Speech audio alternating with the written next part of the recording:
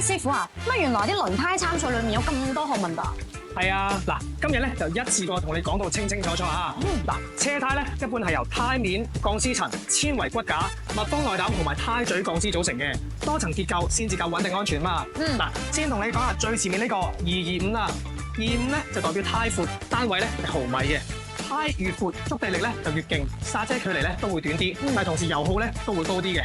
跟住咧就係斜線後邊呢個555啦，555就係扁平比。嗱，佢扁平比咧唔係胎壁嘅實際厚度啊，只係胎質嘅高度同埋胎闊嘅百分比咧。佢嘅數字越細咧，就代表個胎越薄，個過彎操控咧亦都會靚好多嘅。但係同時咧，如果你經過啲凹位啊或者不平路面咧，就蹬得好勁啦。咁我好奇啦，下邊仲有個 R 佬又係咩意思咧 ？R 佬咧就代表子午線胎。如果呢個胎標咗2set R 佬咧，就代表呢個係高性能子午線胎，佢承重力同埋速度級都會勁好多嘅。哇，有好犀利咁喎！係啊，18咧就係代表佢拎直徑啦，單位係英寸啦。跟住咧之後再睇下呢個 102V，102係代表負重指數，代表單條嘅車胎最多可以承載850公斤。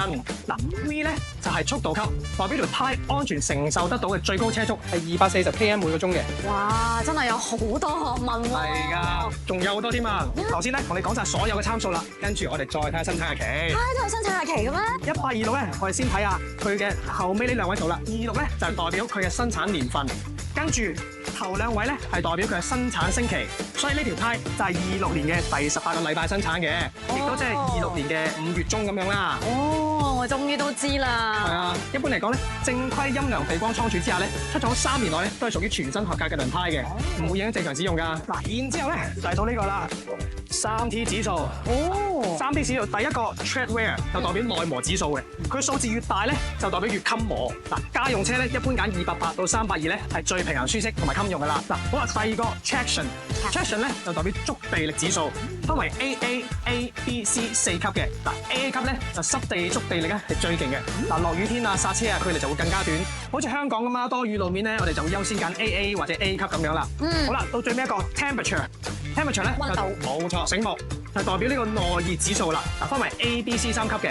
嗱，呢個好似呢個 A 級啦，就係代表佢散熱能力係最優嘅。好似高速長途行車咧就唔容易積熱變形啦，可以保障高時速嘅行駛安全。哇，原來真係有咁多學問㗎喎！係啊，但係其實咧，我聽咗一輪落嚟，我覺得真係好複雜。有冇啲快捷啲嘅呢啲工具可以推薦俾啲新手咧？譬如好似我咁，如果我真係想換胎，我真係唔知點揀喎。咁啊簡單啦！嗱，你可以即刻點擊下方呢條 link 啊，download 個途虎養車 app， 綁定你嘅車型，跟住咧就揀換胎，系統咧就會即刻一鍵自動匹配最適合你嘅輪胎㗎啦。哇，真係㗎，真係簡單又方便喎。冇錯啊！嗱，換胎唔使周圍跑，download途虎養車 app，一站式超簡單。